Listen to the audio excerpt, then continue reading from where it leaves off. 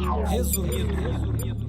Olá, eu sou o Bruno Natal e esse é o Resumido Drops, uma versão mais curta do podcast que você já conhece, com uma atualização rápida das notícias sobre o impacto da tecnologia em todos os aspectos das nossas vidas. O streaming mudou a forma como a gente ouve música, mas nem todo mundo acha que isso aí foi para melhor. Eu mesmo não gosto de ouvir música no mesmo aparelho, que é também meu telefone, meu chat, meu banco. E com tanta coisa para escutar, fica difícil escolher e a gente acaba seguindo mesmo a dica do algoritmo por preguiça. Eu tenho muita saudade de ouvir um disco que eu escolhi em meio a outros na minha estante, ou então ouvir um disco que eu não gostei de cara mais vezes e acabar me apaixonando por ele. Foi assim, por exemplo, com o segundo disco do Pearl Jam, ou o primeiro do Tame Impala, e eu li um artigo da The Verge esses dias que falava exatamente disso. E o título é "Eu sinto falta de música, por isso eu larguei o streaming".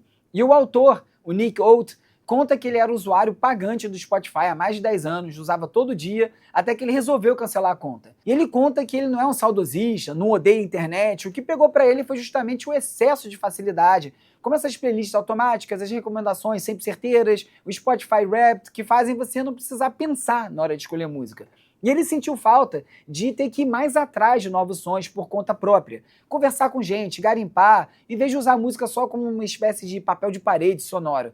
E assim que ele cancelou, ele diz que a sensação imediata foi de perda. Não dava mais para ele tocar qualquer coisa que viesse na cabeça e ele ficou restrito aos vinis que ele tinha em casa e alguns arquivos digitais estavam esquecidos no HD. Mas aí começou a rolar uma coisa estranha, ele começou a ouvir os discos inteiros, do começo ao fim, prestando atenção na ordem das músicas, como faziam os habitantes do século XX. Coisas que acabam sumindo, né? Quando você só pula de música em música ou deixa o shuffle decidir tudo.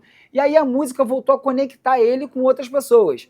Ele e a namorada voltaram a colocar disco para tocar enquanto cozinhavam, escolhendo disco junto, lembrando onde compraram. Uns amigos resgataram a biblioteca digital, arquivada em HD na gaveta, e aí eles passaram noites criando playlists, relembrando fases musicais, fases da vida.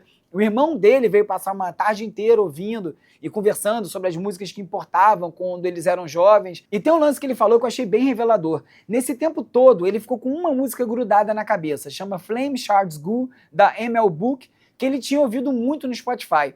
Como não dava mais para ele ouvir lá, ele foi atrás dessa música no Bandcamp porque ele queria não só escutar de novo. Como essa música tinha ajudado ele num momento difícil e ele nunca tinha retribuído com nada, além dos possíveis centavos gerados com seus plays no streaming, ele comprou um vinil que custou mais caro que um mês inteiro de Spotify e decidiu não ouvir a música até o disco chegar para fazer disso aí um evento. Sem falar em ter a música de verdade, né? Porque hoje você corre o risco de perder acesso caso, eventualmente, essa música seja retirada do cardápio. É sempre bom lembrar que em tempos de streaming a gente não tem nada, a gente só aluga. Nesse texto ele cita a Liz Pelly, que escreveu um livro sobre Spotify, que eu comentei no resumido já, e ela conversou com um ex-funcionário que disse para ela que o objetivo do sistema de recomendação é reduzir o trabalho cognitivo de quem abre o app, que pode ser entendido exatamente como ajudar as pessoas a pensar menos sobre música. Quando a tecnologia facilita demais, às vezes a gente pode perder algo no processo. Não é questão de nostalgia, é perceber que algumas coisas valem o esforço, vale você colocar tempo. Toda semana, no Resumido, eu falo sobre o impacto da tecnologia em todos os aspectos das nossas vidas, então você pode conferir os episódios completos do podcast, é só seguir o canal aqui. Se você quiser receber análises como essa direto no seu e-mail, visita resumido.cc e assina a newsletter O Futuro Explicado. O link clicável está na descrição desse episódio aqui. Esse foi o Resumido Drops. Até o próximo. Resumido.